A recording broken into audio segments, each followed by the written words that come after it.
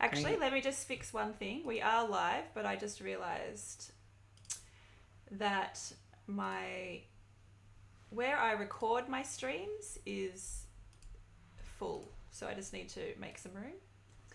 We'll have people join us shortly, though, I think. So we'll just Okay, wait for that great. to happen. Just do. Live now. Yeah, it should just be coming up. And Great. everyone will get a notification soon. So we'll probably be joined by a few people, which should be cool. How's your day Awesome. been, anyway? It's so far so good. That's Actually, good. it's the end of the day here. What am I talking Oh about? yeah, evening. It's almost nighttime. I mean, it's almost time for me to go to bed. So if I seem a little loopy, it's because it's been a long day. Totally, I feel you. Oh, I'm getting an echo from your computer. So Jeez. potentially headphones might be Okay, a good let me way to go. grab some headphones. Yeah, cool. No One second. worries. Where do I put them? Oh, here they are. Okay.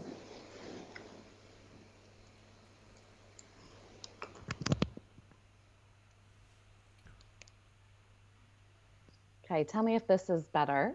Okay, I'll just talk Okay. and there's no echo. So that's Great. awesome. And I will also start my music. There we go. Okay. All of the things are working. So good. Okay. Yeah, and I just got the notification as well on my mobile, so that's positive. There'll be people freaking out going, oh my God, I thought it was 1 o'clock, Michelle. Why is it 11? Wait, so are we earlier or later than what it was No, we're supposed to be? earlier, 2 hours Oh, earlier. So okay. I don't know why I got that wrong. I have done so many interviews now with people in America, Yeah. but I don't know, the math obviously just, I don't know, something happened. So, I didn't even double check. I just went with whatever you said. no, So, I mean, that's what you would do. You would like absolutely just go with like what I said. yeah.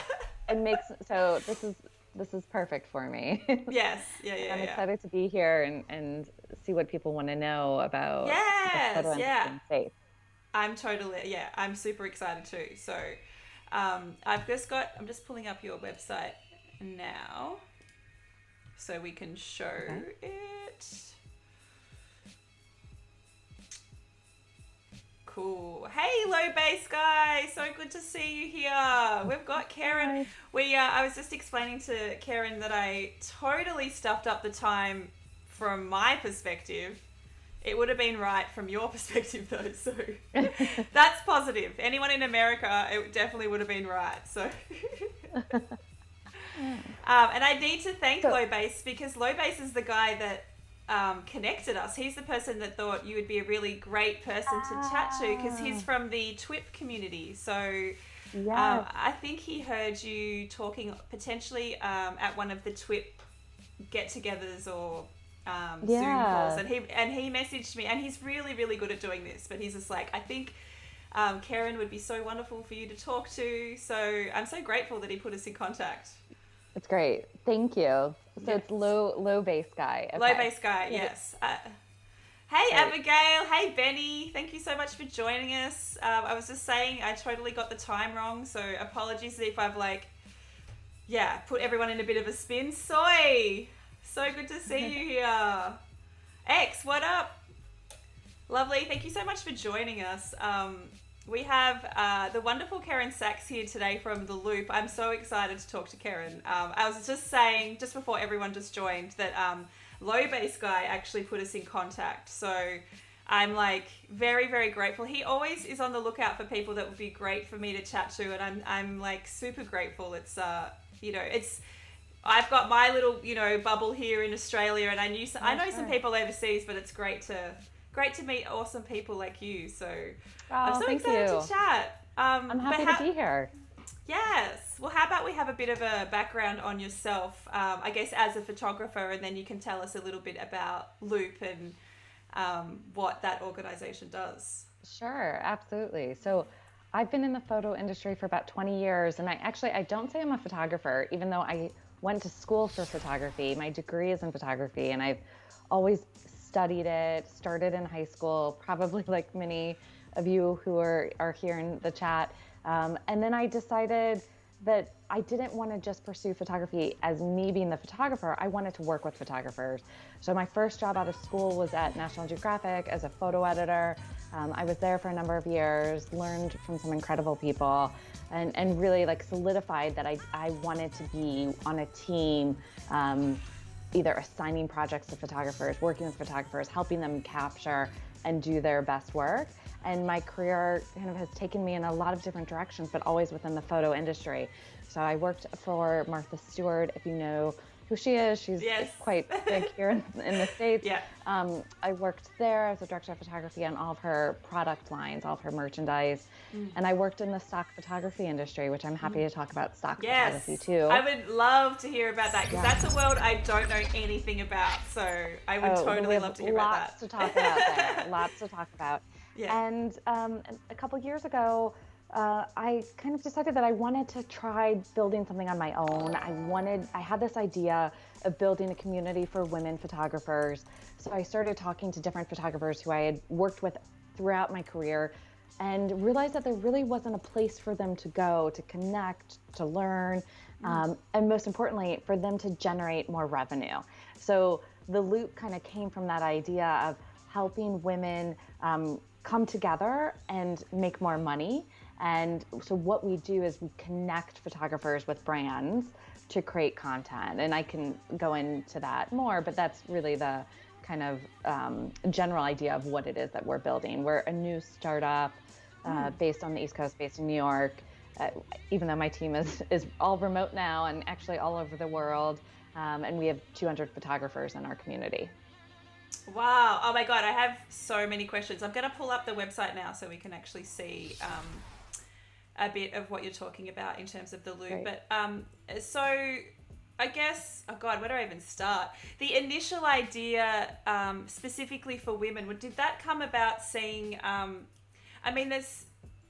first of all, there's such a big gender disparity within photography, and I've never really understood completely why, because I personally think women make such amazing photographers. Like, it is such a it's one of those art forms that's quite intuitive, and I think women are really great at being intuitive. And but obviously, like, a lot of the spaces are male dominated, and that I know, first of all, when I came on the music photography scene, there were like no women.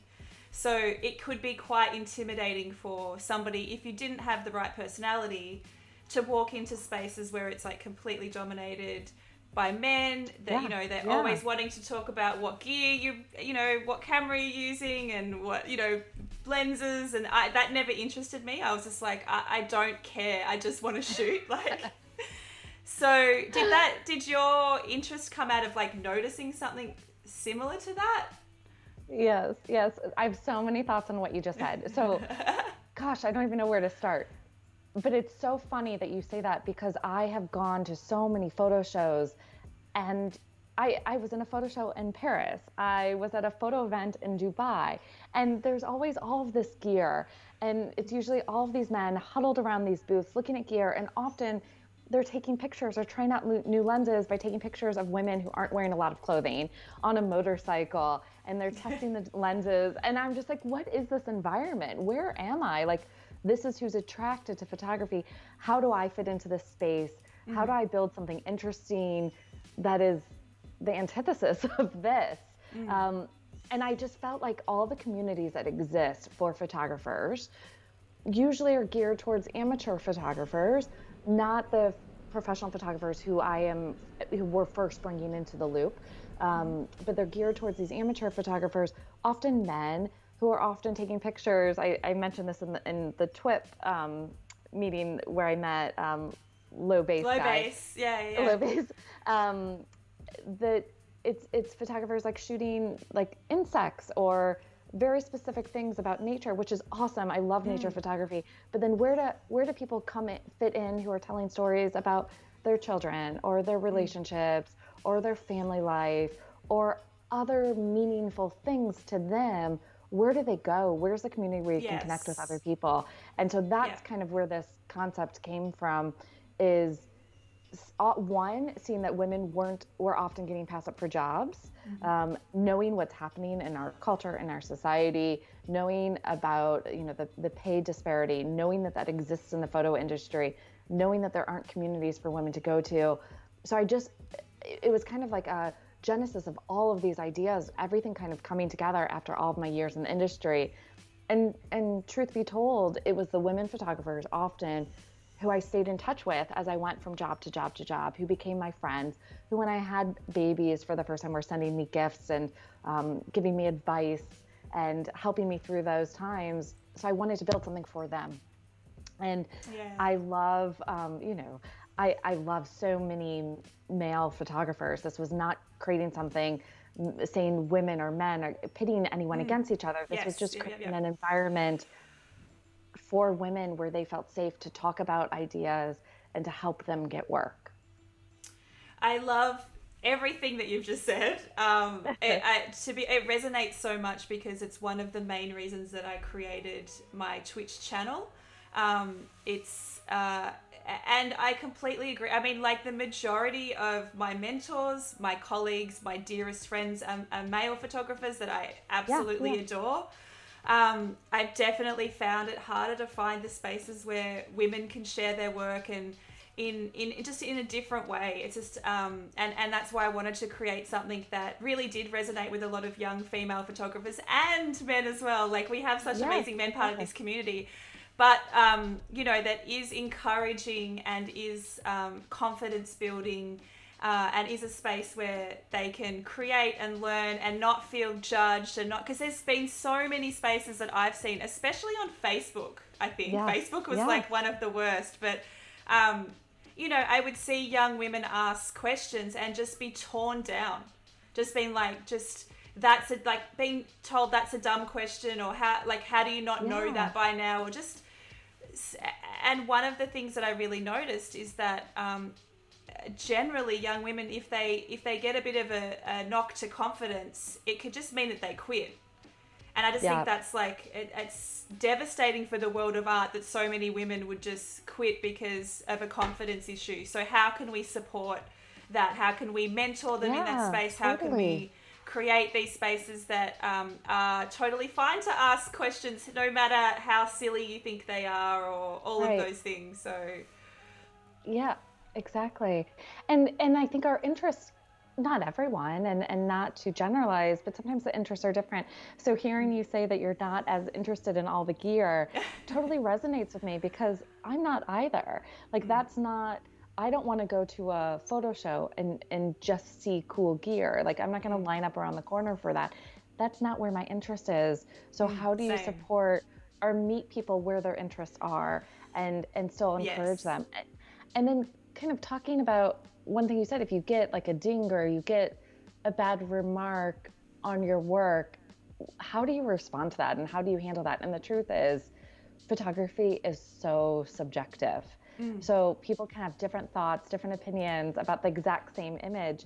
And I think you do, if this is something that you want in your life, in a career that you want to have, I don't want to say you have to have tough skin, but you have to learn that people are going to come at things with different points of view, and that's okay. And not everybody's going to like the work that you create. I mean, I still remember the critiques I had in high school on some of my images. I can, think about those exact images and what was said, and at university, what was said about my work, and how that kind of shaped me and how that stuck with me all of this time.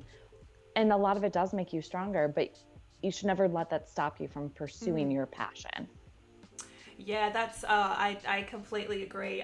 It's about finding your own voice artistically and finding the people that resonate with what you're saying. And I think for so long when you're seeing work from one lens or one gaze, then potentially you think that your voice is not important, but like everybody has a different a different view, and to find a space that's just allowing people to share, and whatever that is, I think is super positive. Right. Yeah, absolutely. And I think you want to find a support network and find, I wish when I was younger, I found a group of photographers or a group of artists who could all support one another and give feedback and give ideas and kind of have that. I'm building that now, but I would have loved to have that when I was younger, have that type of community. I think you're on our blog right now. So on our blog, in the Loop, we feature creative women, all walks of life, all around the world, who are doing interesting things. This is a story of a photographer who was a lawyer and then how she found photography later in life. So we're always looking for interesting stories. I think you are someone we should be interviewing and writing Totally about on down. our blog. I'd love to know more about your story and share it with our audience. We're looking to tell these stories of women who are doing interesting things, who often go unheard. And the other thing about photographers is you don't, I think about this a lot. You can name a lot of famous white men photographers, but can you name a lot of famous women photographers, and what makes a photographer famous, and how is that determined, and who are the names that people know, and how do we think about them, and what is their work? And I want to help change those names that those names that people are thinking about, and bring other interesting, more diverse names to the table or the forefront of people's minds. So just seeing you kind of scroll through the blog, that's what's going through my head. It's so beautiful, and I would be honored. I'm definitely a person that I picked up a camera at 31, very late in my life. My story's, it's quite different to a lot of people. I'm a music photographer, so it's dominated by young people that are, their dream is to tour, and that's also my dream. I didn't start touring until I was 35. So just hearing, I think so many people have said that they've been inspired by my story because they just thought that either it was too late for them or I could never do that because, so hearing, I think that, different perspectives and different pathways, I think can be really inspiring for people. So Soy's just said, same, I had an echo chamber when I was younger and it didn't help my growth as an artist, but eventually you'll find people and they'll give you feedback. You need to get better.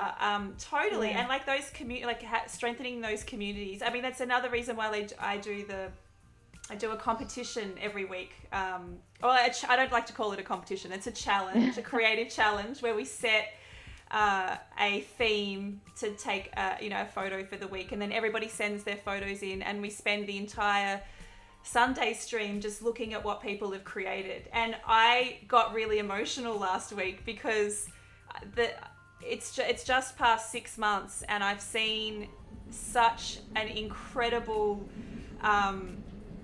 development in everybody's work because they've kept creative. Every single week they've done something and people are getting better and better and better, and I literally was crying on stream. It was just so emotional for me. Amazing. I love that. But let's stop and acknowledge how incredible it is that you're building this community and you can give that feedback to your audience and your followers. I think that's a beautiful thing, and it's so powerful that you're helping the next generation. So, hats off to you. It's wonderful that you're doing this and building this. Oh, thank you. The main reason is that I didn't have it. I didn't have a space when I first started. I found it. I'm actually quite self-motivated. I'm quite competitive and driven, but I also acknowledge that a lot of my especially female peers, it's not across the board, but I just saw so many knocks in confidence, so many people leaving, and so there's so much secrecy around things like how much you charge, and I just wanted to just be an open book, so anybody, anytime someone messaged me or wanted advice was just I didn't have that. I had to make so many mistakes. So and now it's the same with these Twitch streams. It's nothing is off the table. If you ask me something, then I will answer it as truthfully as I can. I think that's really, really important. Yeah, I think some of that, somebody just said, why does all of that have to be or got to be a secret? I think some of that comes from, in the world of photography, there are often so few jobs. There were so few print opportunities. When you think about magazines, that's where you saw photography. When I was growing up, when you were growing up, imagery wasn't everywhere that it is today. There just weren't as many opportunities to have your images printed. So it was very hard to break in. It was very secretive how you got where you were. You were a photographer who was being paid commercially or editorially for work. And so when you got there, you didn't share that with anybody. There was no transparency, and people were scared to share about other jobs or other information. And now, to me, it's really beautiful. You know, we have a Slack channel that all of our photographers are in, and if somebody can't do a job or is called about something and they can share it with other people, how cool is that? That's so let's cool. support one another. And I think something else you said about just knocks, you know, I think women can be really hard on other women, and we're not always supportive to each other, and we don't always help each other get to the next place that we should. So, you know, here we both are trying to build these communities to help women and men and help our audiences and help our followers. It's such a beautiful thing, because so often that doesn't happen. I mean, some of my harshest criticism in life has come from other women. Yes. And some of my mentors, my strongest mentors, have been men. And so it's not one way or the other. I think it's finding the person who is right to help you get to where you want to go. I love that so much. I just wanted to acknowledge that Midnight Rush just rated us with a party of 13. So just so you know, Keren, what is that? So he just finished his stream, and he's basically brought all of his people over to this stream. So it's a really cool thing that happens on Twitch. So welcome to the stream, guys. We've got Keren Sachs. She's from the Luupe. She's really amazing. We're in the middle of an interview right now, so please feel free to hang around and listen. She's dropping some great knowledge here. It's such a great chat. It's so funny because basically a few years ago I made a documentary on women in music, and it was so funny because before I started making that documentary, it was really weird in terms of how I even saw myself as a female, and all of those things that you're talking about, like receiving really harsh criticism from other women. And it wasn't until I really went deep into the subject of making that documentary, and the documentary was really about why do female musicians drop off. Like, the interest is the same. Like, it's 50-50 split with music. So there's no argument to say, oh, women are just not as interested in music. There is that argument sometimes in other industries, but with music, it's straight down the middle. So at some point, they were feeling they would get a knock in their confidence, or something would happen and they would just completely drop off. So I spent 4 years with my project partner going into that, and I just discovered so much about myself, the way that your personality and your community can really impact that stuff. How women can be so harsh on other women, how just this maybe the silliest comment, but you just get it over and over, like your ability technically might just be continually questioned, or you walk into a job, for example, and your assistant is male, and they'll go to the male there always, and we've had these situations, and it sounds so like potentially if you're a guy listening, you might just be like, oh, that's, it's not that big of a deal. But if it happens to you continually, you're just like, what is going on? Like, I'm the person in charge of this job. Like, why are you going to my assistant in this? Yeah. And so there were so many examples like that where,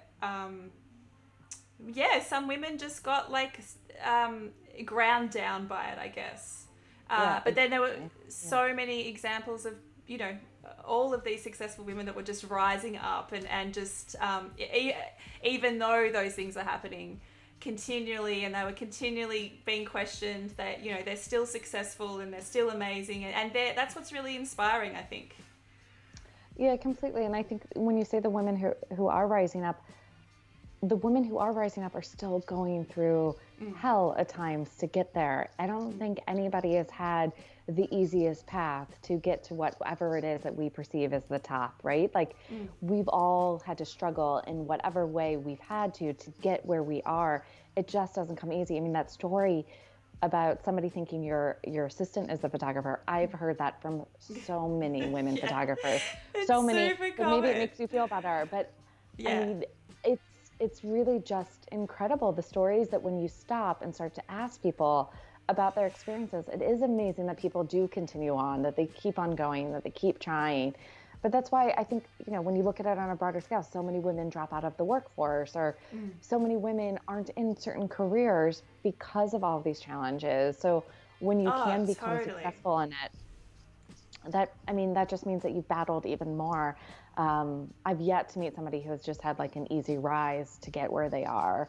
And I think, you know, for all of you entering this field or thinking about photography, I think that's just know that it doesn't just happen overnight. You have to work at it. You have to work at honing your skill. And then if I can for a second, like go from there to say that there are more photographers than ever before. So now it's even more competitive. So you have to find new ways to tell stories. You have to find new projects to do, new ways to share your perspective and show your gaze to really stand out and to really find kind of your place in this field. It's just touching on that gaze thing too. I think one of the best things that I found in the recent, I guess, Black Lives Matter movement as well, and this is talking about diversity, but I was so blown away by so many of my friends were sharing work of incredible Black photographers that I'd never heard of, and I was literally just floored and just like, some of the best work I've ever seen in my entire life, and I'm not seeing this. Like, this is not what I'm seeing in the mainstream. It's not the mainstream perspective that I'm seeing, and I'm just like, my brain is exploding because the creativity, the beauty, the completely different perspective that I was seeing, especially coming from, I'm in Australia, so like it's even more narrow than it is, you know. Nothing bad can come of us sharing more perspectives in the mainstream, more different views, different ways that we see art, different ways that we see humans, rather than the same thing that is like Instagram's filled with, you know, the same way that men view white women, or, you know, it's just like pages and pages of the same thing. It's like, I want to see different stuff, and it's right. Yeah. It's inspiring to see other work. But this is why it is so important that more women are photographers, that more Black artists are given opportunities to share their stories, that more people, that a more diverse range of people are behind the camera. Because when more diversity happens behind the camera, then you get more diversity in front of the camera. We do not need to see only images in the United States. We do not need to see only images of white people, white families doing the same, you know, doing everything, because then that's the perspective that you have. Like, those are the people that do certain things. And that's not reality. And reality can only happen when other people are telling those stories and when you have diversity all around you. It's so frustrating that we're not seeing that art, that it's taking the Black Lives Matter movement to get that art in front of so many more people. We should be seeing it on a regular basis. So maybe that's also the beauty of it, is that now we are. I mean, it's that moment for like everybody to layers. To take the opportunity. And it is sad that it's taken such a tragedy and such a huge global movement to get to this point. But I mean, you know, I am optimistic. I do feel like hopefully things are changing, because I know that, you know, the first thing that I did was started following so many different people, so that I was personally changing the stuff that I was seeing in my feed, sharing it as much as I can via my stories, and, you know, just boosting the signals of those artists so that, you know, they're getting more visibility, I guess. So hopefully only positive things can come from that, which is completely. Really, and I mean, I think that's what's so interesting is now brands are, you know, being pushed and encouraged to hire more diverse artists to tell their stories. I mean, when we are working with brands, they're saying to us over and over again, and this is what we love, like, they're coming to us because they want to hire diverse photographers, but they want to see more diversity in their images, because the images reflect their audience. So it's so important that the images that are being shown it's not all one race who is buying their products. It is important that it reflects that their products, the images for their products reflect the people in the world. Sorry, it is a little late here, so if I start blurring my words together. No, it's really great. I wanted to go back to something that you touched on before, because it also really resonated with me about when we're talking about even the different views of people or different how do I put this? How do I articulate this? Photography and its different streams too, and the freelance world and the way that you need to work for yourself and the hustle can be quite challenging, as you have a family or all of these other things that potentially might come up in your life. And like, this is a question that like for me, myself and my husband, we've made a choice to not have children because of our respective careers, because neither of us could do what we do if we had children. It would be impossible for me to be touring the world, 6 to 8 months of the year, and he's away the other 3-4 months of the year. So it's the reality of some of the really difficult decisions that you have to make, because the industry is not set up to support, you if you have a family, or if you do, you have to take a big chunk of time away. Then you feel like you become invisible for a little while. Like there's no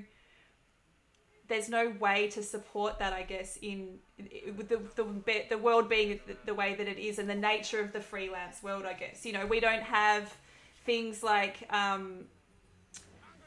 holiday pay to fall back on, or all the other things that you might if you were in a full-time job. But so there's those extra restrictions, I think.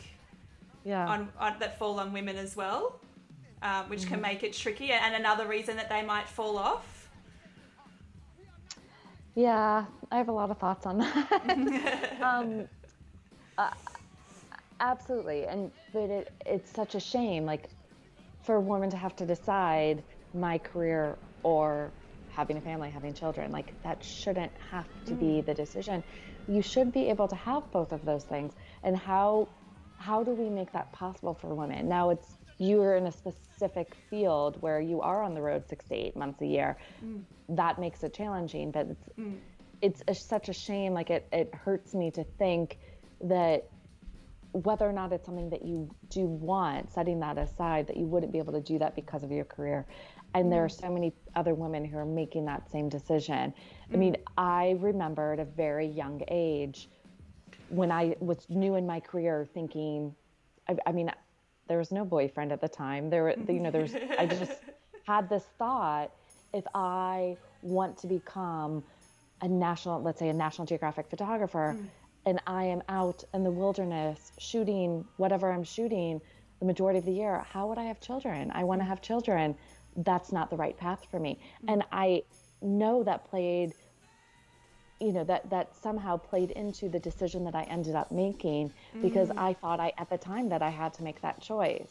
Yep. Now, I know plenty of women photographers who have children who have been able to make it work, but it is not easy. Some will take full-time jobs in-house at a company where they're the in-house photographer, so that they can get that extra pay or get the healthcare or get the benefits that they want. I went in the direction that I did up until recently. I had a corporate job, so I was getting all of those benefits and had a maternity leave for my first child. I think having my children and also being a CEO and trying to run a business, a startup, and trying to do all the things I do makes life absolutely insane. On the other hand, I couldn't imagine not having them. So I hope that whatever you decide in life, you're able to do what makes you happy, regardless of thinking you can't do something. And I wish that for everyone. For everybody. Yeah. For everyone. Totally. I mean, we're super comfortable with our decision, and it's totally fine. But it definitely, I look at the industry and I look at the demands, especially for touring photographers specifically. Yes. It is virtually impossible. Like, it would be very, very, very, very difficult unless you had, a partner that could stay at home that whole entire time. So it's just like the realities. it's important to discuss the realities of that, I guess, as well. And know your limits. Know your limits. And you know, that it is possible to find other avenues, I guess. Touring photography is definitely not the be all and end all, but it's like, if that's something that you want to do, then know that, you know, you definitely won't be taking the children on the tour bus for 6 months of the year. Like, that's I mean, yeah, that's true. I guess that could be an interesting life for the children, though. But it yeah, could be.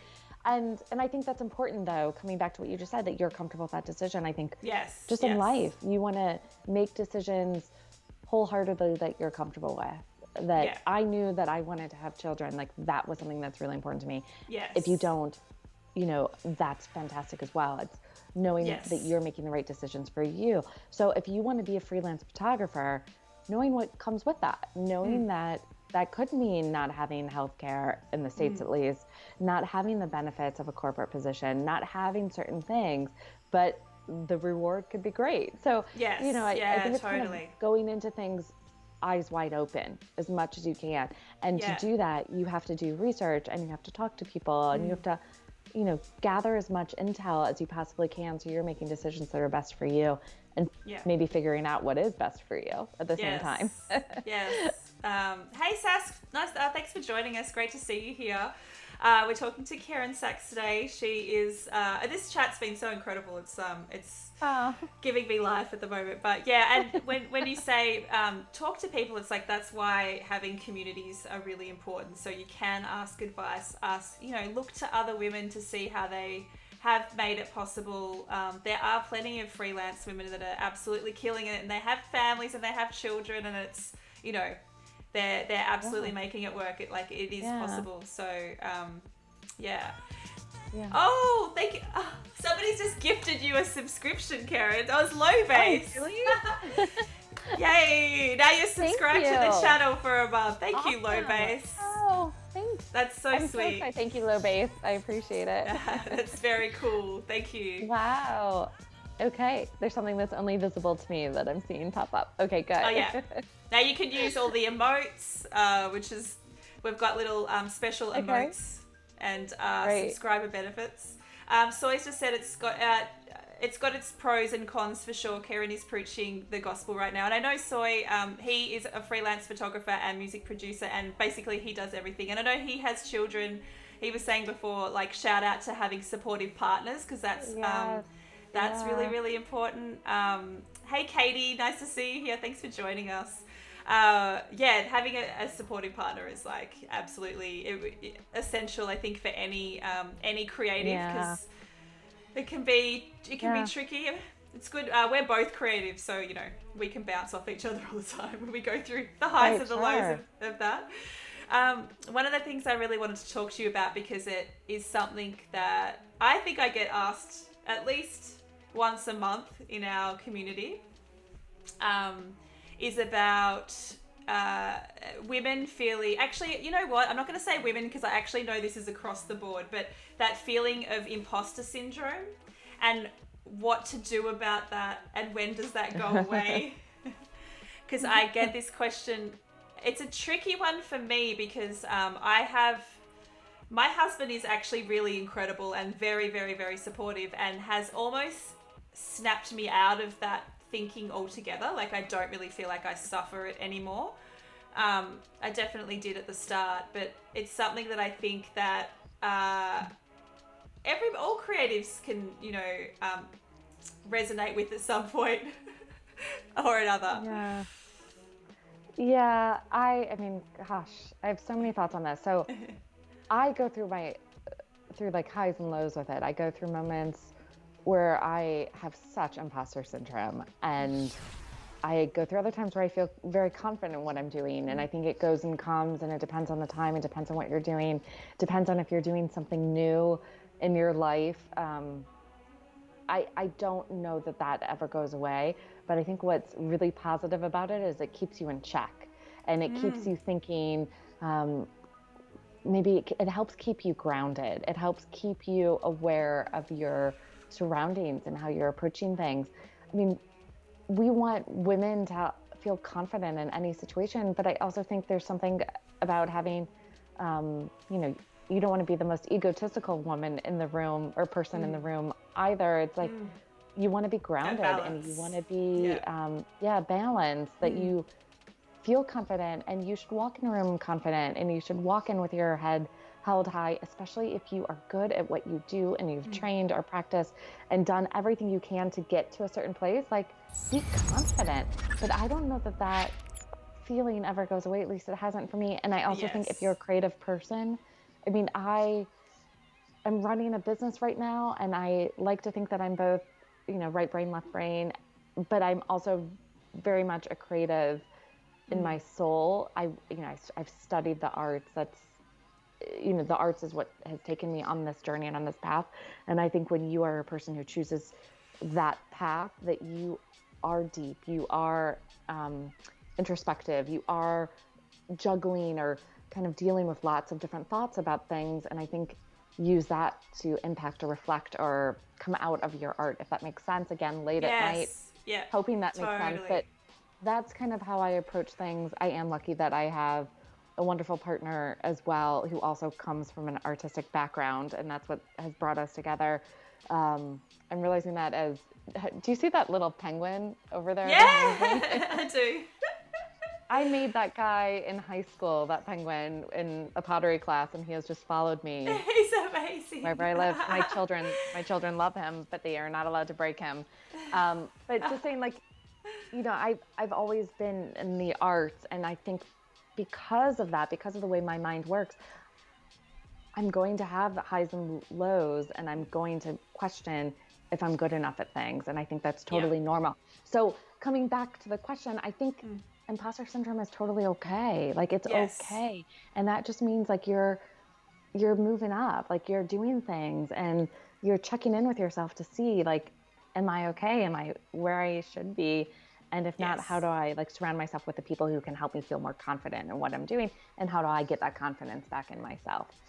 Does that? I love that. I love that, like, surrounding yourself with people too. Even just like, you know, if you have those twigs, and like, we actually all have them. Even if you're giving off an air of confidence, there's always that moment where you're like, you know, am I good enough in this particular role right now, or did I deliver in this role, or whatever it is. But yeah, I think that checking yourself is such a good point. And thank you, Low Base, because Radical Ace just asked what is imposter syndrome, and Low Base just gave a great definition there, which is really cool. Definitely something that I feel like a lot of creatives go through. But when you have those moments of going, oh, well, this just means I need to upskill here, or this just means I need to work harder to feel more confident in my abilities. And that's definitely what I've always done when I felt those little pangs of, this week I need to do a shoot. I've never done a shoot like this before. This means I need to, like, really read up on it. I need to do some, you know, practice shoots before I go. I really need to know what I'm doing so that I get there on the day and I'm super confident about it. Rather than looking at it as a negative and going, oh my God, you know, I can't do it. I'm just going to turn down the job. Like, use it as a motivation to learn and to get better and continue, because, you know, we never stop learning. Exactly. I mean, at every place I've ever worked, I've always thought, how am I here? Like, how did I get here? And you have that moment. I'm sure you often have that, like, on various sets, or, you know, when you're shooting a certain musician, like, you have that feeling. And I think just, like, checking in with yourself. And I love that, the way you said upskilling. I mean, that's so true. It's also being confident in that you deserve to be where you are. I think women especially often feel like, should I sit at the table? Like, if you are working a corporate job, do you go and take a seat at the table? You know, and where do you sit at that table? Or do you stand towards the back? Like, where do you believe that you should be? And how do you have that confidence? But there's also, like, this interesting thing where a woman photographer I know who's very much at the top of her game often is perceived to be, I don't know what language you're able to use on Twitch, but she's often... All of them. Okay, so she's... I'm sorry, I'm being, like, very polite. No, it's fine. You can go crazy. You know, I think when women are very confident, people then say, oh, she's a bitch because she's so confident, right? And that's horrible. That's so terrible. I don't want somebody calling me a bitch just because I walk into a room and I'm confident, or because I know how to do my job and I'm good at my job.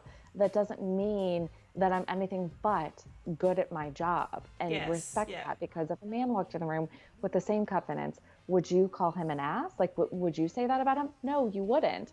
So let's share that same respect for people who've worked hard to get where they are. Yes, yeah, totally. Yeah, and then it's one of those things that it can come off as really intimidating for some people, which I've heard that so many times in my career, that people will be like, oh, I didn't want to say hello to you because I found you really intimidating. I'm literally the least intimidating. I love meeting new people. It's my favorite thing to do. If somebody says hello to me, I will talk your ear off for the next 20 minutes. So it's, when I hear that, it's always really devastating. But I do try to walk into a room really confident. I do, because I do feel like I have earned the place and I'm good at my skills and all that sort of thing. But it's just sad to hear that some people take that as either bitchy or intimidating or whatever. There's a few great comments. Soy just said, I still get the jitters before every shoot, even the ones I'm really confident in, but I think that's just the adrenaline of wanting to do a good job. I think that's super relevant. Absolutely. Luupe said, I get called an arse a lot. That's funny. Amberly said, I feel like Keren has such great spiritual yet informative wisdom and advice. I love it.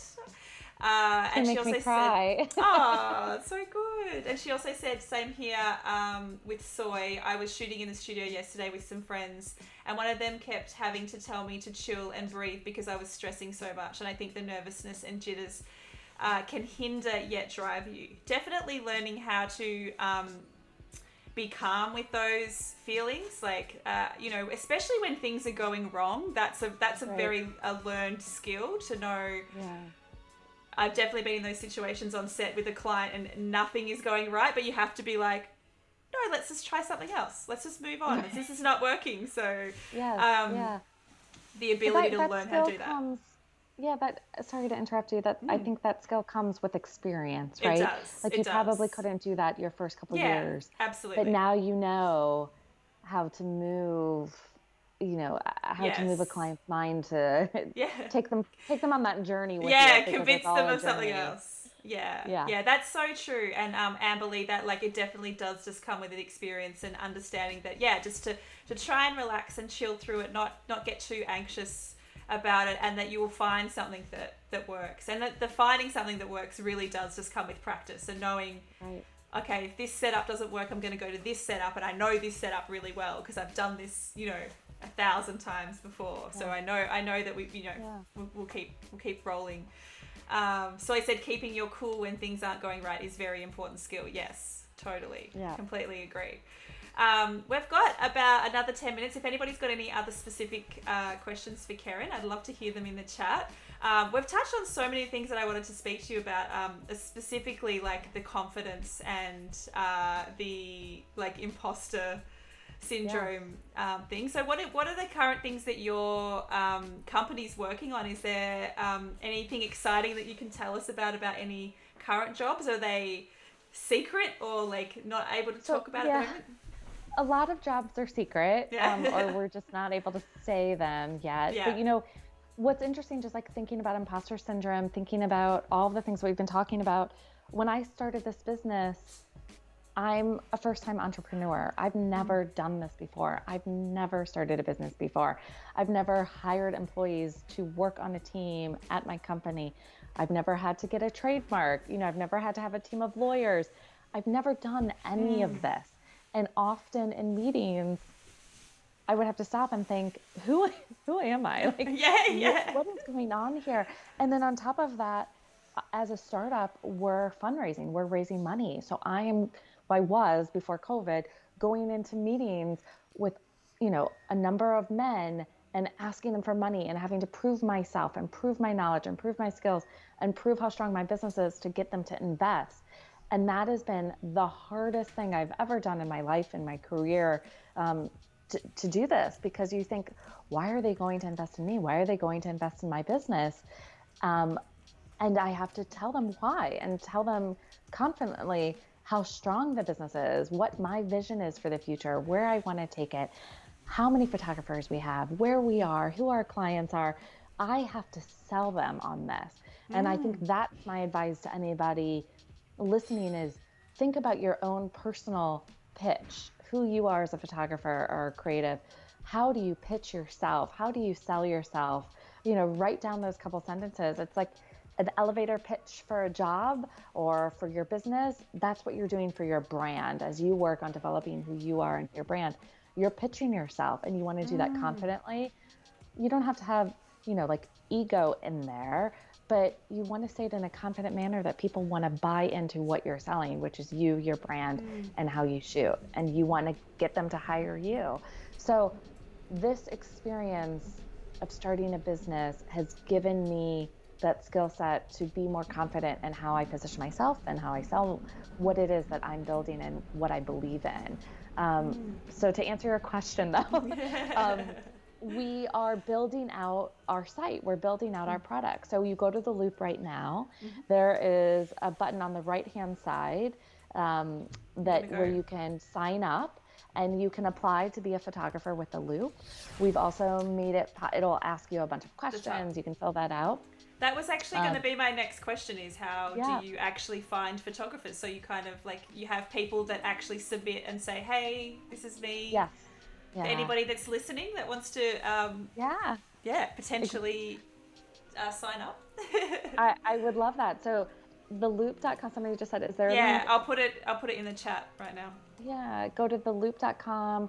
You can sign up, go through the process, apply to be a photographer.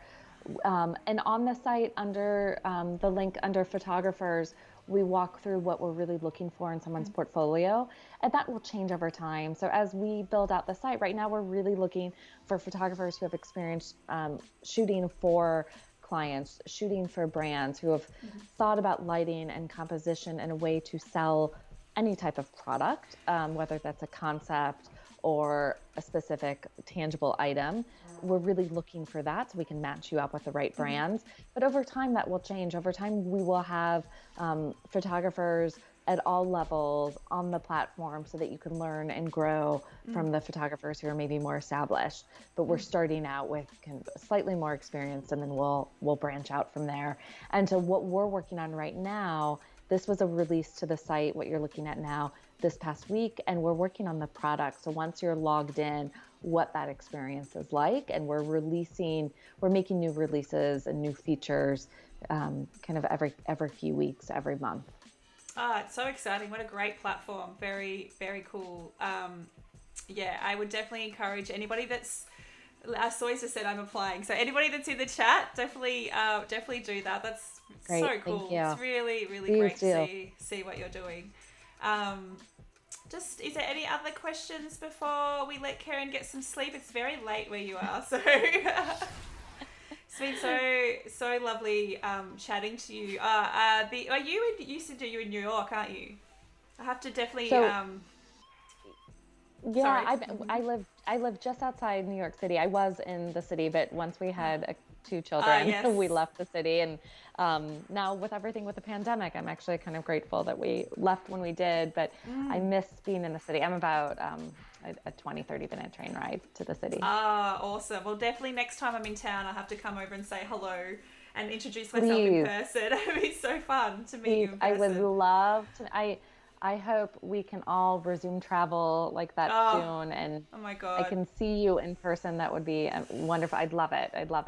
We'll do a little reunion in person. Yes, it would be so good. It's like that's the hardest thing for specifically music photographers and those of us that were traveling a lot, but even locally concert photographers, not being able to shoot those large gigs and stuff at the moment is just like soul destroying. So thanks, Rad. Okay, I'm going to hang around, guys, a little bit longer in the Crew meetup in New York. Absolutely. Soy's in Yes, Orlando. I'm there. So Sign me up. yeah, Soy's in Orlando, so he's not very far away. So he can. Oh, great. I mean, everything to me when you're in the States is like not that far away, but I'm sure that like that is actually quite a big distance. Comparatively to Australia, it's not that far away, I should say. What, a 3-hour plane ride? But that's okay. Yeah, We'll exactly. 3 hours is fine. That's fine. Thank you so much. That was such a great chat. I really, really appreciate it. Anytime. I love it. I love talking with you. I love this. I'm super excited, and I feel very honored that you had me on. Thank you for letting me join you for a little bit. And I know that because I got the time wrong, there will be a lot of people that will be watching the VOD later on. So this will go up on YouTube as well. It's on Twitch. It'll go up on YouTube as well. I can send you the links for that as well once that's up. So I really appreciate your time. Thank you so much, Keren. It was really great. Chat, I'm going to stay around. So hang out for a bit. I've got a couple of things to tell you. We'll just say goodbye to Keren now. And we'll talk to you really soon. Bye. Thank you so much. Okay. See you later. See you later. Bye. Hey guys,